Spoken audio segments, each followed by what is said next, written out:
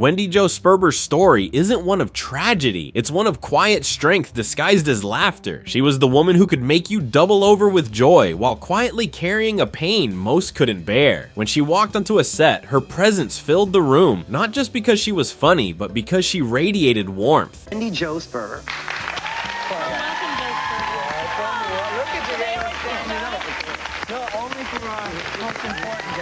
The kind that made you forget for a moment how cold the world could be. Yet behind that infectious smile, behind the slapstick humor and the easy confidence, there was a heartbreaking secret Wendie kept from almost everyone. In the late 70s, Hollywood was changing fast. Big hair, bigger egos, and endless dreams of stardom filled every casting call. Wendie Jo Sperber didn't look like everyone else in the waiting room. She wasn't tall, she wasn't thin, and she didn't play by the rules of glamour. But the second she opened her mouth, something shifted. Directors leaned in, casting agents smiled. She was unforgettable. At just 19, Wendie landed her first film, Corvette Summer, alongside Mark Hamill. It wasn't a big role, but it opened the door. Was it hot?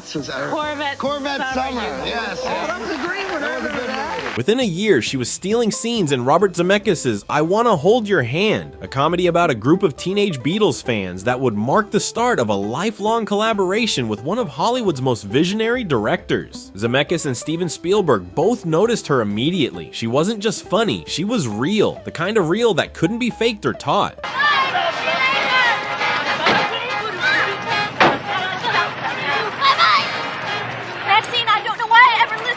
But her big break came when she was cast in Bosom Buddies, opposite Tom Hanks and Peter Scolari. Wendie's character, Amy Cassidy, was lovable, awkward, and overflowing with heart, much like the woman herself. The chemistry between the cast was electric. Off camera, Hanks and Sperber developed a sibling-like bond. She'd make him laugh between takes. He'd confide in her about his nerves. They were young, hungry, and unstoppable. Still, while audiences were falling in love with her comedic timing, Wendie was quietly fighting something else, something no one could see. Even early in her career, she struggled with intense insecurity about her looks. Hollywood in the 1980s was brutal to women who didn't fit its narrow definition of beauty. Casting directors would tell her to her face that she was too round, too loud, or too much. She laughed it off in public, always the professional, always the optimist. But friends later admitted that those comments cut her deeply. She wanted to be seen not just as the funny friend, but as a leading lady in her own right. When she landed Bachelor Party in 1984, again alongside Tom Hanks, she threw herself into the role, using humor as armor.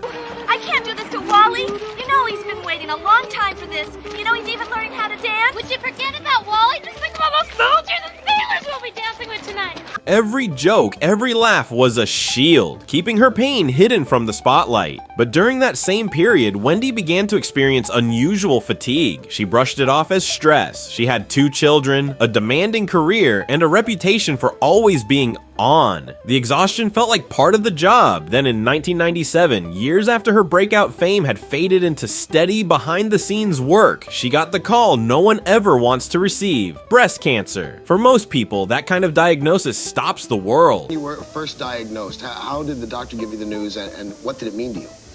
Well, 5 years ago, I was diagnosed with breast cancer. It was a 0.5 centimeter tumor. And that's called stage 1 cancer. It was removed. I didn't have to do any major treatment. I was doing a drug called tamoxifen. And so I basically had what you hear, early detection. It was found early. For Wendie, it became another battle to fight quietly, with humor and grace. She underwent treatment, lost her hair, endured the sickness, but never stopped showing up for her work, her kids, or her friends. When the cancer went into remission, she told people she felt reborn. But the truth was, she never truly trusted that it was gone. For 5 years, she lived with the secret fear that it might come back. And she was right. In 2002, Wendie announced that the cancer had returned, and this time it had spread throughout her body. By then, her energy was limited, her body fragile, but her spirit was unbreakable. You'd never know what she was going through by watching her. She kept acting, guest spots on Will and Grace, Home Improvement, Grounded for Life. She played quirky neighbors, eccentric aunts, cleaning ladies with too much personality, and every time she stole the scene. Even as she was undergoing radiation, she showed up to set with that same old sparkle. Co-stars said she refused pity. "Don't treat me like I'm dying," she told one friend. "I've got too much left to do," and she meant it. In 2001, Wendie did something extraordinary. She founded We Spark, a cancer support center in Los Angeles. Unlike most organizations at the time, this one didn't focus on medical treatment. It focused on humanity. Wendie wanted cancer patients and their families to have a place to laugh, cry, and heal emotionally. She built it from scratch, pouring her energy into designing programs that didn't feel clinical or cold. "I didn't want people to walk into a room and have a therapist ask how they feel," she said in one of her final interviews. "I wanted peer support. I wanted warmth." That was Wendie. She turned her pain into a gift. Behind the scenes, her health was deteriorating fast. The treatment stopped working. She went through experimental brain radiation in 2004, enduring side effects that would have broken most people. But Wendie still showed up at WeSpark, still made people laugh, still sent handwritten notes to friends just to say thank you. Her closest family members said she refused to be remembered as a victim. What most people didn't know was that while she was filming her final projects, like her 2006 posthumous appearance in American Dad, she was already preparing for the end, not out of fear, but acceptance. Her focus shifted entirely to her children, Preston and Pearl. She spent her final months making sure they'd never doubt how much she loved them. She also recorded messages and wrote letters to be opened years later, words of encouragement for milestones she knew she wouldn't live to see. That was the secret she carried during those last years. She knew her time was running out, but she never wanted anyone to see her differently. Not her co-stars, not her friends, and certainly not her audience. She kept smiling, kept joking, kept being the Wendie Jo Sperber everyone adored, because she didn't want her legacy to be sadness. She wanted it to be laughter.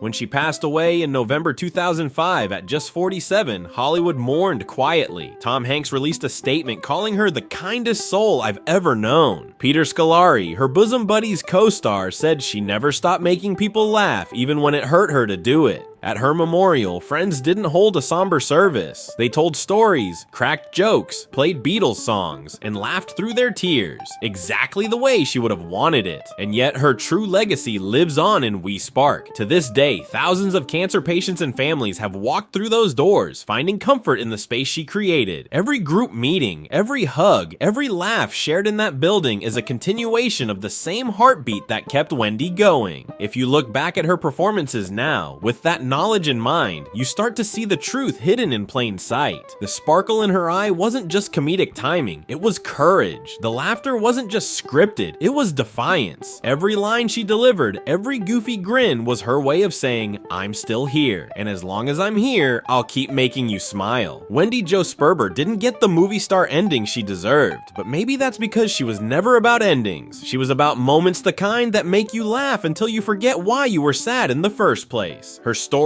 isn't just heartbreaking, it's heroic, because the secret she kept wasn't that she was sick. The real secret was that, through all of it, she never stopped loving life.